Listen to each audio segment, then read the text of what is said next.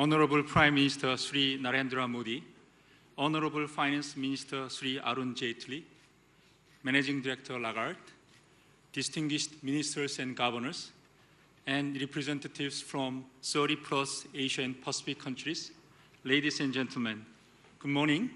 Welcome to the Advancing Asia Conference. My name is Chang Yong-ri, Director of the IMF's Asia and Pacific Department. I'm very happy to welcome you today to this gathering, which has been jointly organized by the Government of India and the International Monetary Fund. We have a very busy schedule in the next 2 days to discuss our theme, Advancing Asia, Investing for the Future. This theme is particularly timely given the recent turbulent times in the global economy.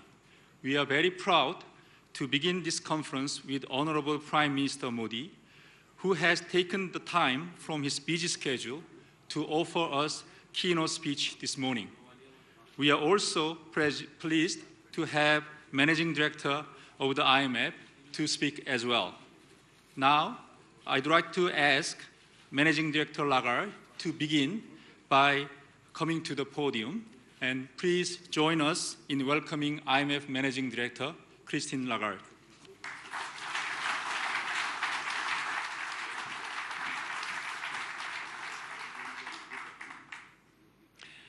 Well, good morning to all of you, and good morning, Prime Minister. Good morning, Minister Jaitley. We're delighted to be here together and to be back in India for this landmark conference co-hosted by India and the IMF. I would like to thank on this occasion Prime Minister, Finance Minister Jaitley and Governor Rajan for their commitment to this joint initiative. Actually, some of you might know that India and IMF have gone a long way together. India was one of the founding members of the IMF back more than 70 years ago, and ever since, our partnership has gone from strength to strength.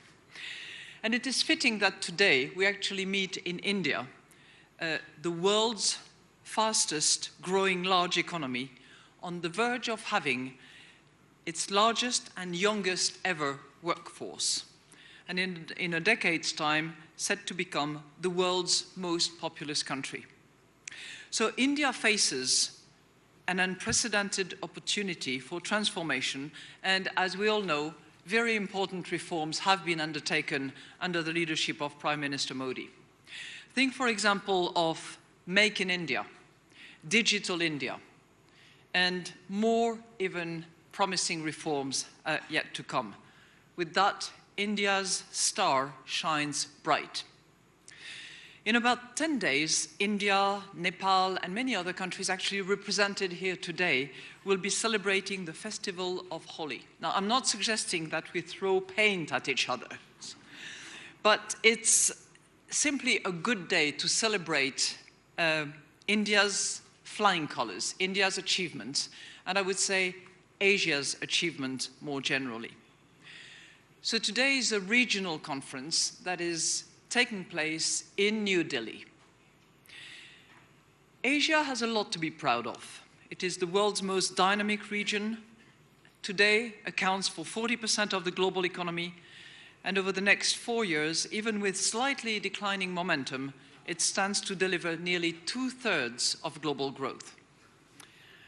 Given the vital economic role that I've just described, making the most of Asia's dynamism is going to be of great interest not just to the region, but to the world. What gains can the region build on? How can it respond to today's global economic challenges? And above all, what can it do to realize its true potential? How can it build on recent gains? Well, Asia's rapid integration into the world economy has been one of the most striking development in the last generation. And in that relatively short time period, many countries across this vast and diverse region have achieved economic miracles, and several have become powerhouse of the global economy. For the past 25 years, the Asian crisis notwithstanding, the region's economy has grown at an average of about 6%. And in the aftermath of the financial crisis, Asia was a bright spot. Added to that, economic transformation has actually supported social development. Over the past 35 years, the region has been the world's leader in reducing poverty. Education and health outcomes have improved significantly, and people's living standards have been raised. Asia has also become a byword for innovation. I don't think anywhere in the world there are people who actually are not touched or do not touch Asia's innovation products. Think about smartphones, think about cars, think about televisions, but also think about biotechnology, commercial satellites, and renewable energy. Now, this increased connectedness that Asia has actually instrumented also means that Asia is more deeply affected by the global economy and by its developments. And that global economy is actually facing significant challenges. Volatile markets and capital flows, significant economic transitions, financial tightening in many economies, the large drop in commodity prices, including oil, and escalated geopolitical conflicts. So what should be Asia's response? Well, some of the broad principles are well known. Supportive monetary policy, consistent with price and external stability objectives, one of which has been clearly identified by India back in February 2015. Growth-friendly fiscal measures, macroprudential measures to safeguard financial stability. Now, of course, I'm saying that with a very broad brush, and each of those policies should be adapted to each country and tailored to the special circumstances. But one thing is for sure, most of the countries have to undertake significant structural reforms in order to boost productivity, growth, and create jobs. Let me give you a few examples taken from some of your own countries. In China, it will be important to improve the allocation of credit to help rebalance the economy away from a debt-led investment. In Japan, tackling dual labor markets, liberalizing product markets, and reforming corporate governance. In India, enhancing the efficiency of product markets, encouraging private investment, improving infrastructure and banks' balance sheets. In many countries, from emerging to low income, strengthening the business environment and developing bond markets. Successfully dealing with these kinds of structural issues will not only support Asia's near and medium-term prospects, but it also will secure the foundations in order to help the region unleash its full potential. Indian Nobel laureate Rabindranath Tagore once said, "You cannot cross the sea merely by standing and staring at the water." Well, certainly, Asia has done a lot more than that, but there is still a lot more to be done. Across the region, income inequality has worsened since 1990. We just recently published a study that concludes that income inequality has increased in 15 of the 22 Asian economies since 1990. And Asia remains home to 2/3 of the world's poor, many of whom live in this country. In most of the region, women and young people are still finding it difficult to access the job market. Now, if we look at it from another perspective, what sounds daunting can actually be also analyzed as significant opportunities.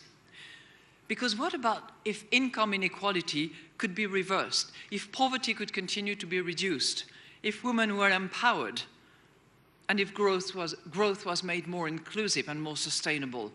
What if Asia's 4.4 billion people could actually unleash their full potential? Let me suggest 6 ideas that could actually help turn what seems daunting into opportunities. First of all, broadening access to services like health and finance. India, for example, is targeting universal access to banking services by 2018, as you had explained to me, Mr. Prime Minister. And through the, forgive the pronunciation, Pradhan Mantri Jan Dhan Yojana scheme, over 210 million previously unbanked people have now opened a bank account since August 2014 with social transfers paid directly. Second, leveraging the impact of fiscal policy. And that means targeting the social spending on those who need it most. Countries such as the Philippines, for instance, have pioneered conditional cash transfer programs. It also needs to avoid costly across-the-board subsidies and making taxes more progressive. With the Aadhaar system, India has come up with a groundbreaking way to deliver targeted subsidies. Almost 1 billion people have Aadhaar numbers and the potential to use this for delivering payment and other services. And I understand that under the bill that was voted yesterday, all such transfers will have to actually be made through that Aadhaar system, which will be critically important for women. And this brings me to my third point. The empowering of women is essential, whether by enhancing girls' access to high-quality education, dismantling legal and logistical barriers to economic participation, or making simply women's life when they go to work a little bit easier. An initiative of Prime Minister Modi's government, for example, is to improve women's wealth services under Beti Bachao, Beti Padhao. Tackling duality and informality in labour market will also bring more young people into formal jobs, providing particularly welcome boost in countries with ageing population. Fourth, with more than 800 million people in Asia lacking access to water, sanitation and electricity, inclusive growth also means investing in infrastructure and making sure that that investment actually is efficient. Fifth, greater trade integration can actually help and be of significant contribution to the development of growth. And if multilateral trade liberalization are not successful enough, certainly the avenue of bilateral or regional trade liberalization agreement can be helpful. Finally, there is the climate change challenge.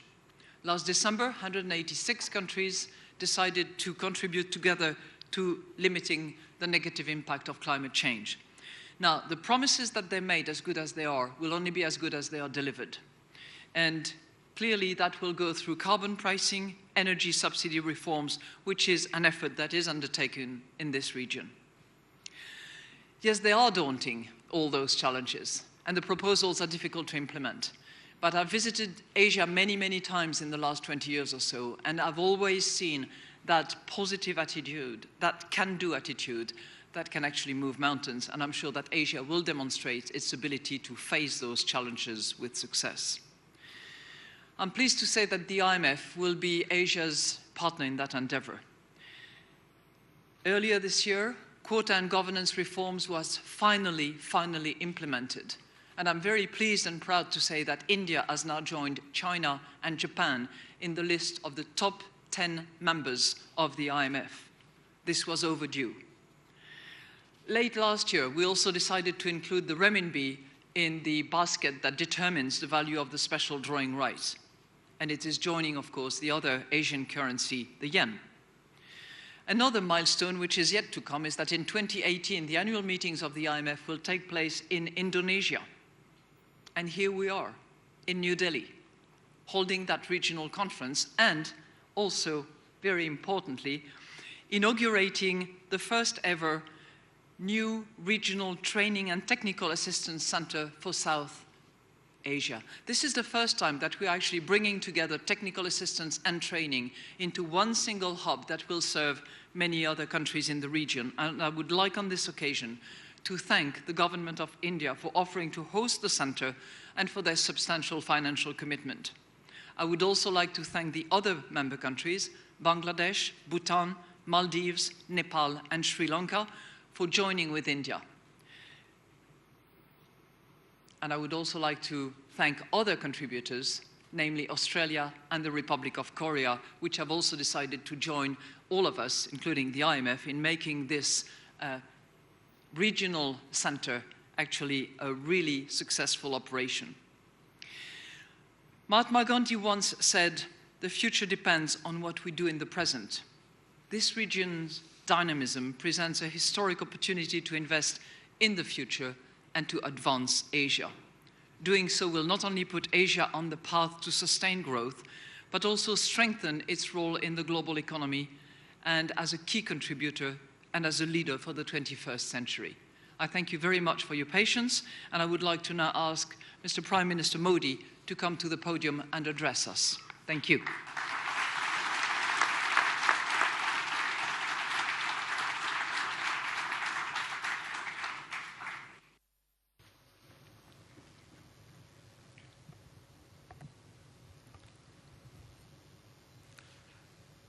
Madam Lagarde, my cabinet colleague, Sri Arun Jaitley ji, ladies and gentlemen, I warmly welcome you to India and to Delhi. Delhi is a city with a rich heritage and has several historical landmarks.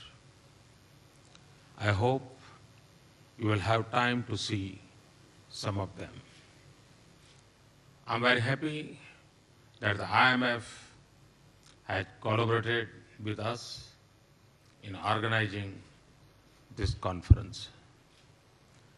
Madam Lagarde, this event is another example of your fondness for India and Asia. I congratulate you on being appointed as Managing Director for a second term. This reflects the confidence the world has in your understanding of the global economy and your ability to lead this institution. Madam Lagarde, the long-pending quota revisions agreed in 2010 have finally come into effect. The quotas of emerging countries will now better reflect their weight in the world economy. This will give them more say in collective decisions in the IMF. You have demonstrated exceptional leadership in managing the tensions that emerged due to the delay. You played a major role in finally persuading all members to ratify the decisions taken in 2010. I'm sure the IMF will be able to build on this success. Reform of global institutions has to be an ongoing process. It must reflect changes in the global economy and the rising share of emerging economies. Even now, IMF quotas do not reflect the global economic realities. Change in quotas is not an issue of increasing the power of certain countries. It is an issue of fairness and legitimacy. The belief that quotas can be changed is essential for the fairness of the system. For poor nations to respect the legitimacy of such institutions, they must be able to aspire and to hope. I'm therefore very happy that the IMF had decided to finalize the next round of quota changes by October 2017. India has always had a great faith in multilateralism. We believe that as the world becomes more complex, the role of multilateral institutions will increase. Some of you may not be aware that India was represented at the Bretton Woods Conference in 1944, which gave birth to the IMF. India's delegate was Mr. R.K. Shanmugham Chetty, who later became independent India's first finance minister.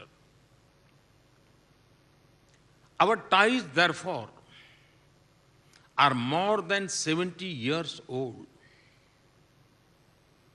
We are a founding member of the Asian Infrastructure Investment Bank and the New Development Bank. We are confident that these banks will play an important role in the development of Asia. The fund has built up an immense stock of economic expertise. All its members should take advantage of this. All of us need to pursue policies that provide a stable macroeconomy, enhance growth and further inclusion. The fund can be of great assistance in this. Apart from advices, the IMF can help in building capacity for policy making. I'm happy to announce a new partnership with Bangladesh, Bhutan, Maldives, Nepal, Sri Lanka, India, and the IMF. We have agreed to set up the South Asia Regional Training and Technical Assistance Center. The center will provide training to government and public sector employees. It will enhance their skills and improve the quality of their policy inputs. It will also provide technical assistance to governments and public institutions. Let me now turn to the theme of this conference. I will touch on two issues. Firstly, why Asia? And secondly, how India? Why Asia is so important and how can India contribute? Many knowledgeable people have said that the 21st century is and will be the Asian century. 3 out of every 5 people in the world live in Asia. Its share in global output and trade is now close to 1/3. Its share in global foreign direct investment is about 40%. It has also been one of the world's most dynamic regions. Although Asia has slowed down, it is still growing at a rate 3 times greater than that of the advanced countries. It is therefore the ray of hope for global economic recovery. When we think about Asia, we must recognize that it is distinct in many ways. For example, the theme of this conference is investing for the future. Asian families tend naturally to save more than people in other parts of the world. Thus, they invest for the future. Economists have commented on the saving ethic of Asian countries. Asians tend to save to buy a house rather than borrow to buy a house. Many Asian countries have relied more on developmental financial institutions and banks than on capital markets. This provides an alternative model for the financial sector. Social stability built on strong family values is another feature of Asia's development. Asians tend to leave things behind for the next generation. Madam Lagarde, you are one of the world's top women leaders. And in your speech, you have also mentioned about the women's empowerment and the participation. You will be interested in another unique feature of Asia's, which is rarely commented upon, which is the large number of women leaders. India, Sri Lanka, Bangladesh, Pakistan, Indonesia, Thailand, Korea, Myanmar, and Philippines. All of these countries have had a woman as a national leaders. Asia has done so to a much greater degree than other continents. Today, 4 large states of India, West Bengal, Tamil Nadu, Gujarat, and Rajasthan, are headed by democratically elected women. The Speaker of the lower house of the Parliament in India is also a woman. India has a special place in Asia. It has historically contributed to Asia in several ways. Buddhism spread to China, Japan, and other parts of Southeast Asia from India. It has had a lasting influence on the continent's culture. Kingdoms in the south and west of India have engaged in maritime trade with other parts of Asia for over 1,000 years. The Indian national movement showed other Asian countries that freedom from colonial rule could be achieved without violence. It also demonstrated clearly that the sense of nationhood could be broad and inclusive. It need not be defined by narrow linguistic or religious identities. The Sanskrit saying, Vasudhaiv Kutumbakam, the world is one family, refers to the sense of the oneness of all identities. India has displayed the myth that democracy and rapid economic growth cannot go together. India's growth rate of over 7% is being achieved in a country that is also a vibrant democracy. It is sometimes assumed that democracy is a colonial gift to India. But historians tell us that India had produced forms of democratic self-governance many centuries ago when democracy was unknown in many parts of the world. India has also shown that a large, diverse country can be managed in a way that can promote economic growth and maintain social stability. One way in which we are doing this is through cooperative and competitive federalism. The states and the center come together to pursue common objectives. States which pursue good policies and deliver essential services for the poor induce others to follow.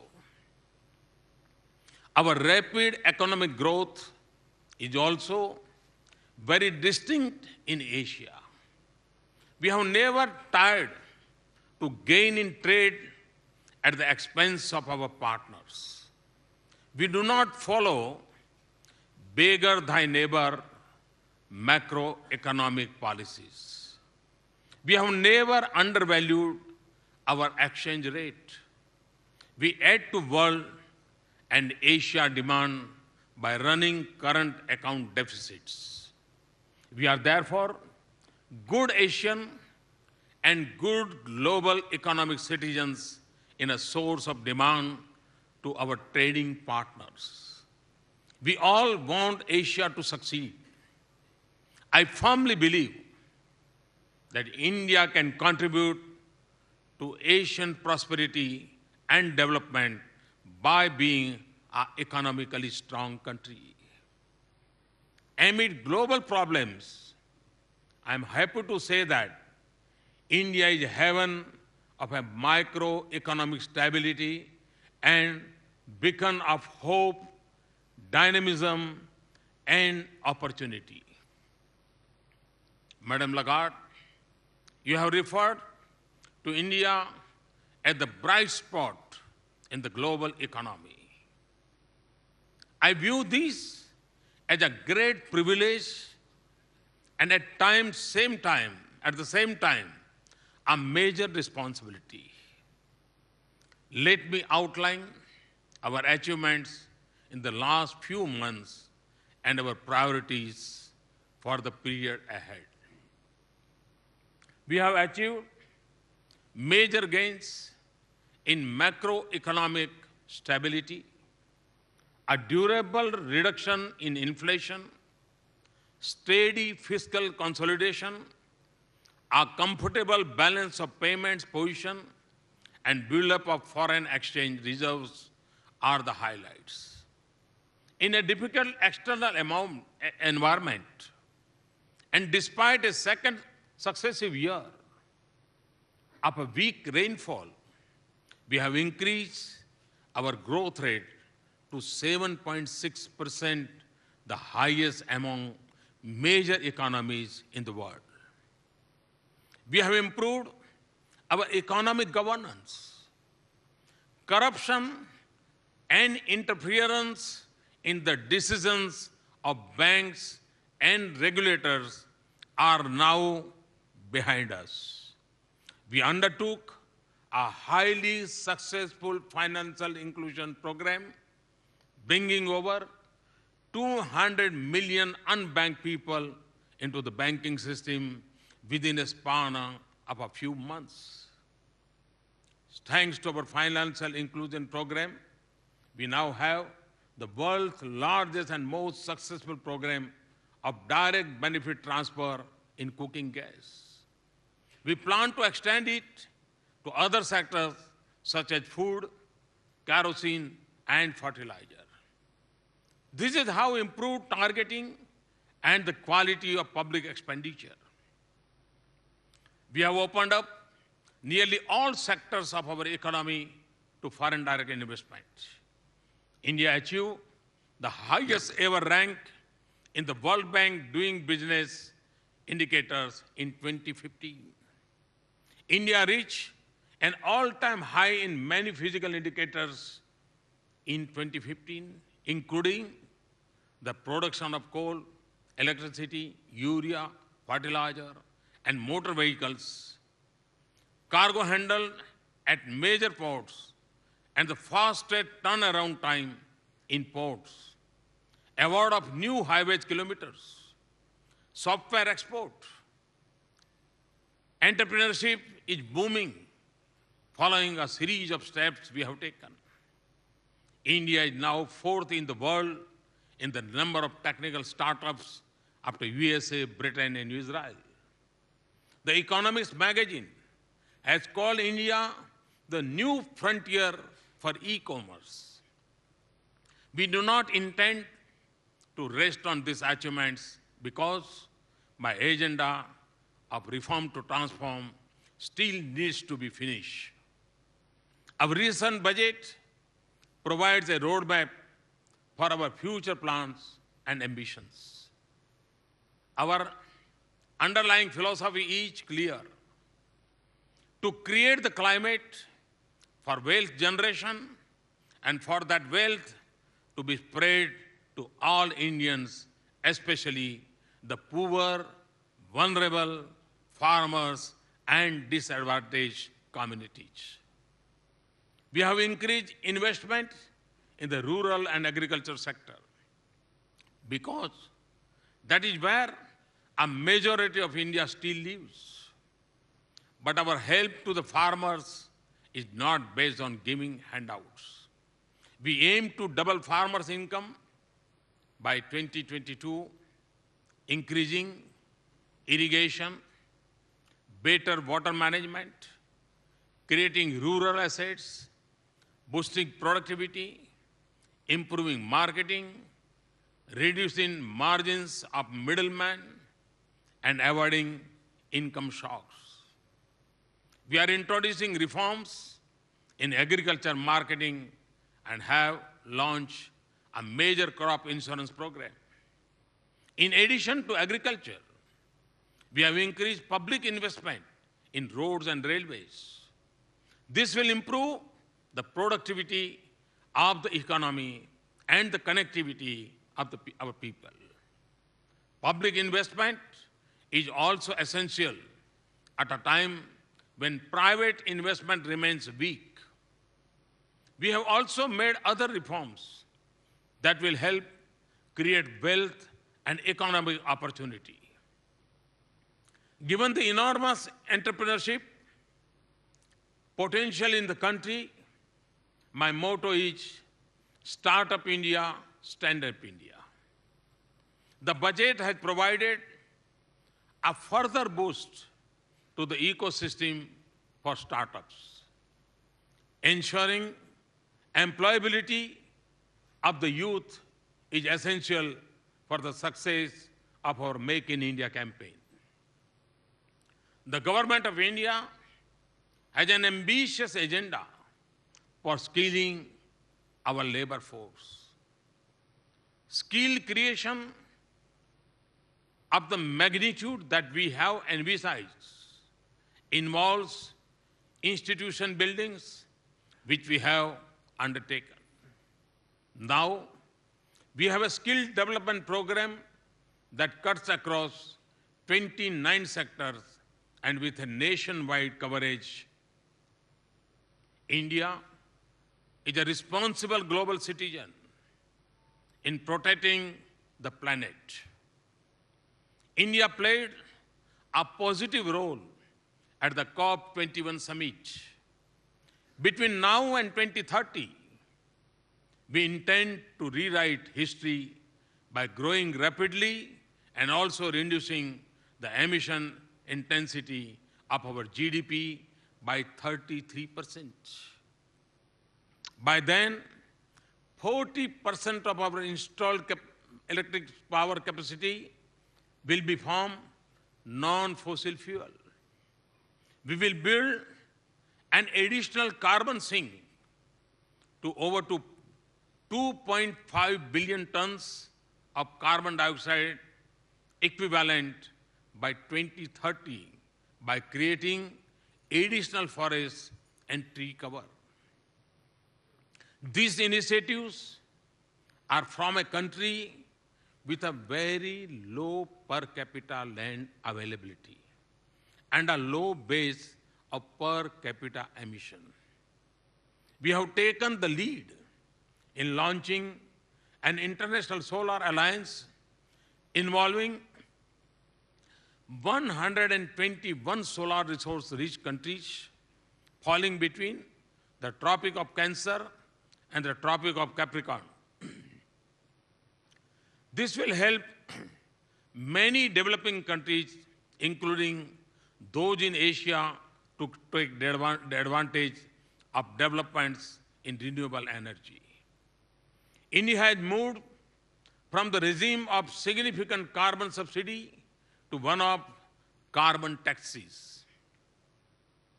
India is one of the few countries to have a carbon tax in the form of a cess on coal.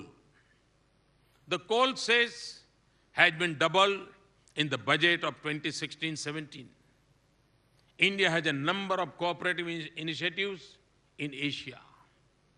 We are transforming the Look East policy into an Act East policy.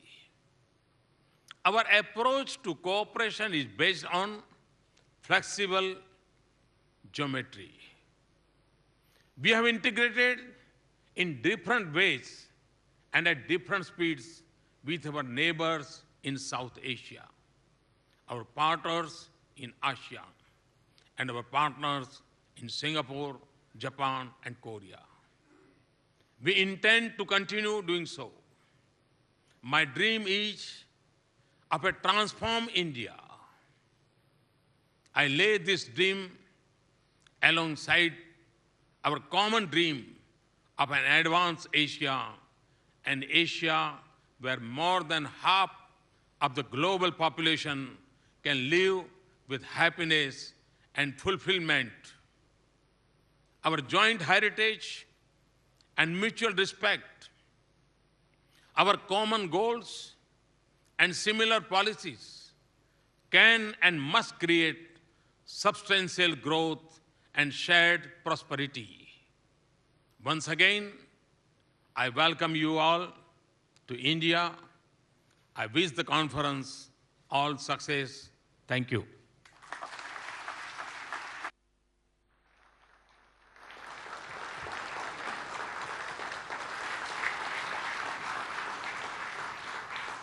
Thank you.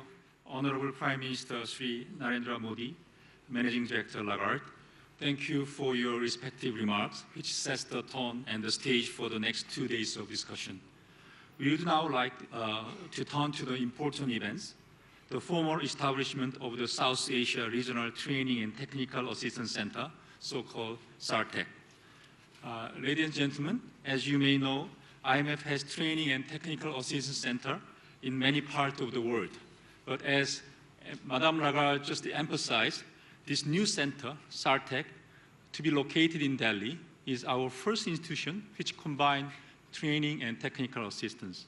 And it has been made possible through the very generous support of Government of India and 5 other South Asian countries with the support of non-regional donors, including Korea and Australia. Honorable Finance Minister Jaitley and Managing Director Lagarde will now exchange the signed memorandum of agreement establishing the center. Minister and MD, please move forward and we'll have an exchange of the MOU in front of the Prime Minister Modi.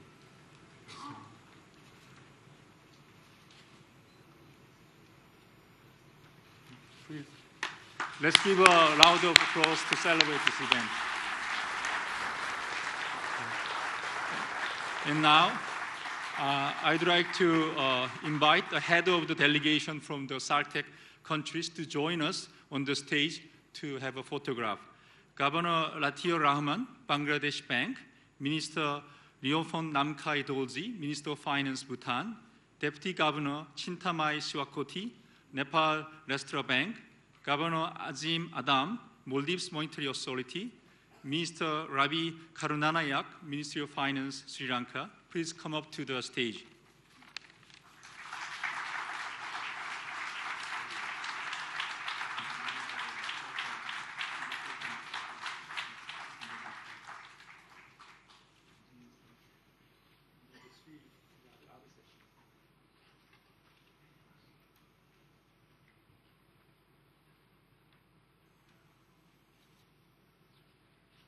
Ladies and gentlemen, let's give a big applaud one more time.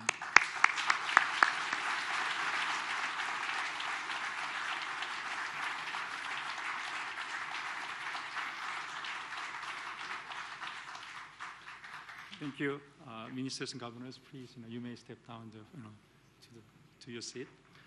Okay. This is a conclusion of the first session of the conference.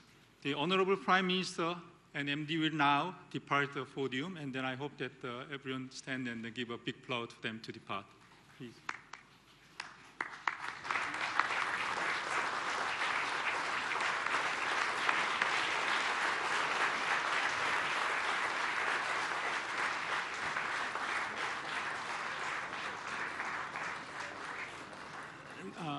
Now we'll have a coffee break till 10:30. And the second session will start, exactly on time at 10:30. Thanks for joining us. Let's join at 10:30 for the second session. Thank you very much.